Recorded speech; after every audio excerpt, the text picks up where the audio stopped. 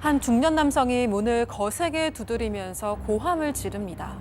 겁에 찔린 여성은 급히 경찰에 신고했지만 남성은 이미 자취를 감춘 뒤였는데요.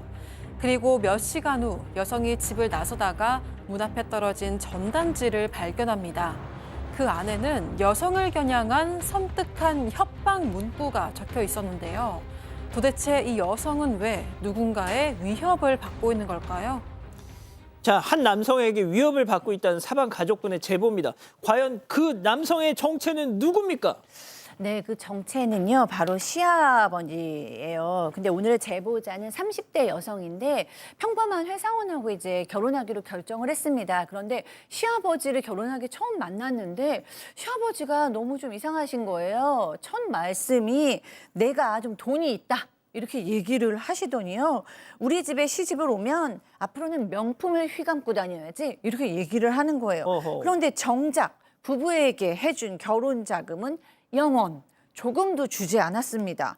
그런데 뭐 이 정도에서 끝난 게 아니고 진짜 문제는 결혼 후였는데요. 시아버지가 집에 찾아와서 며느리한테 네 신분증이랑 도장 좀 줘봐라 라고 요구를 하면서 내가 사정이 있어서 좀 당분간만 네 명의로 통장 하나만 만들어 쓰겠다라고 얘기를 했어요. 제보자가 거부할 새도 없이 그냥 재빠르게 도장을 뺏어갔다고 합니다. 가족 간에도 도장 함부로 주는 거 아닌데? 네, 근데 그 도장도 하필 인감 도장이었다고 합니다. 이 시아버지가 며느리 이름으로 몰래 사업장을 열었다고 하는데요. 이 사업자 등록증을 내버렸던 겁니다. 그런데 이걸 얘기하니까 남편은 좀 말없이 고개만 떨구고 사실 나도 당했었다 이렇게 좀 소극적으로 반응을 했대요. 알고 보니까 남편이 군복무 중일 때 시아버지가 아들 명의로 몰래 사업을 냈었다고 합니다. 당시 빚만 잔뜩 남긴 채 사업은 망했고 이 남편은 막 전역하고 나서 그 빚을 갚기 위해서 막노동까지 했었다고 합니다. 자, 이 남편은 시아버지의 또 다른 충격적인 비밀을 아내에게 얘기합니다. 직접 들어보시죠. 그래서 여자를 때렸는데 여자가 이빨이 빠질 정도로 얼굴을 때렸나 봐요. 그래가지고 고소를 당해서 그 여자는 몇 천만 원을 줘도 합의를 안 해준다 이래가지고 출소하고 나서는 갑자기 저한테 신분증이랑 개인 정보를 요구를 하시는 거예요. 그래서 저는 아무것도 모르고 그냥 시아버지니까 믿고 내어드렸죠. 아이고, 손 변호사님. 네, 전과 8범입니다. 네. 폭행 전과 5범, 그리고 사기 전과 3범인데요. 특히 폭행 피해자가 전부 다 여성이에요. 길 가다가 낯선 여성을 때리기도 하고, 그리고 또 술에 취해서 가게 여주인도 때리기도 했는데요. 당연히 시어머니도 때렸겠죠? 그렇습니다. 이혼하기 전에 시어머니도 때리고 아내도 때리고요. 그리고 또 남편까지 때렸어요. 그러다 보니까 남편도 지금도 여전히 좀 위축돼 있습니다. 예전에 맞았던 기억 때문에 아버지를 두려워하고 있고요. 결국은 이 제보자 역시 이 남편과 함께 제대로 따져보지도 못하고 일단 넘어갈 수밖에 없었습니다. 박 변호사님, 예. 다른 거 다 차치하고 사업자 등록 그거. 문제죠. 실제로 지금 제보자 하나뿐이 외동딸이 있었는데 조금 장애가 있었다 해요. 그 장애 때문에 국가로부터 지원금을 받았고 있었는데 시아버지가 이렇게 사업자 등록을 해버렸기 때문에 그 지원금을 못 받는 상황이 돼버렸어요. 급기야는 남편도 실직을 해가지고 무직 상태가 돼버렸고요. 사고를 쳐가 해고를 당했습니다. 그러다 보니까 이제 돈 나올 데가 없어서 결국은 시아버지한테 아니 폐업 좀 해주시던가 맞아. 아니면 금전적으로 좀 도와달라라고 울면서 부탁을 했다고 해요. 예. 그럼에도 불구하고 무시를 했어요. 결국은 딸의 치료비가 너무 없어서 그쵸. 큰 마음 먹고 제보자는 시아버지가 등록했던 그 사업자를 직접 스스로 폐업체를 해버렸습니다. 자, 진짜 사건은 지금부터 시작입니다. 들어보시죠. 저희 집에 문을 쾅쾅쾅쾅쾅 하고 두드리시는 거예요. 그래서 슬쩍 봤더니 아버님이신 거예요. 그래서 저희가 끝까지 문을 안 열어주고 집에 엄숙을 했거든요. 그랬더니 쪽지 한 장을 남기시고 가셨는데 쪽지에 전화 받아라 이전에 이렇게 쓰고 가셨더라고요. 그래서 지금 우울증에 불면증에 불안장애 공황장애 약을 먹고 있어요. 아우, 저런 사람을 아버님이라고 부르는 이 며느님이 너무 착해. 네, 이 폐업 처리 이틀 뒤에 새벽 4시에 이 시아버지가 찾아와서는요, 문을 거세게 두드리고, 막 문을 세게 두드리고, 막 고함을 지르면서 난동을 피웠다고 합니다. 게다가 이 집 문 앞에 웬 전단지 하나가 떨어져 있었는데요. 그 전단지 속에는 이 시아버지가 써놓은 그 글이 있었는데 상당히 충격적이었습니다. 어떤? 뭐 전화 받아라, 죽기 싫으면 이런 내용이었는데요. 이 시아버지는 제보자의 친정 엄마한테까지 연락을 해서 며느리한테 당장 내 전화 받으라고 전해라 이런 이야기까지 했었다고 합니다. 아니, 남편 어디 갔어 도대체? 네, 그냥 방관을 한 건데요.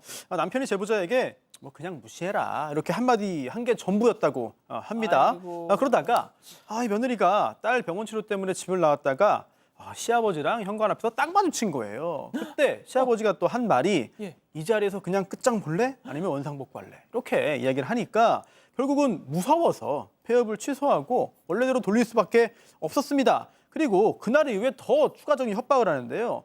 아예 며느리 명의로 납부해야 될 세금 이것도 안 내면서 신고해봤자 난 도망가면 끝이다. 세금은 네가 내라. 이렇게 놀리듯이 이야기를 하고 있는데요. 그런데 여기에서 남편이 사태를 해결하기는커녕 회피합니다. 그냥 아버지 얘기는 하지 말자. 이런 태도를 보이기 때문에 제보자는 더 화가 날 수밖에 없죠.